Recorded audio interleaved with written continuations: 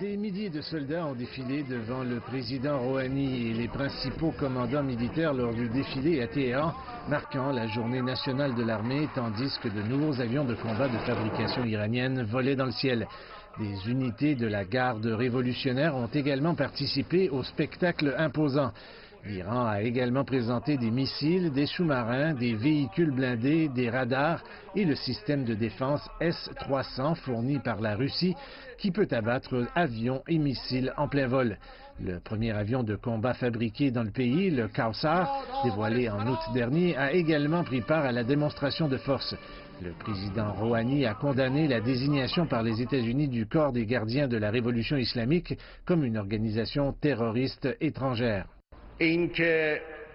Les ennemis ont tort de penser que le corps des gardiens de la révolution islamique n'est qu'une partie des forces armées de la République islamique.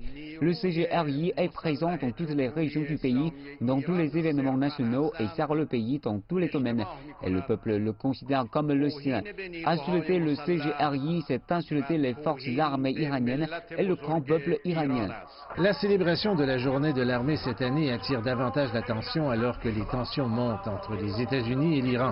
C'est la première fois que les États-Unis qualifient officiellement l'armée de notre pays de groupe terroriste. La journée de l'armée en Iran envoie un message au monde extérieur et aux Américains leur disant qu'ils ne peuvent pas se fier à ces théories et scénarios pour diviser l'Iran.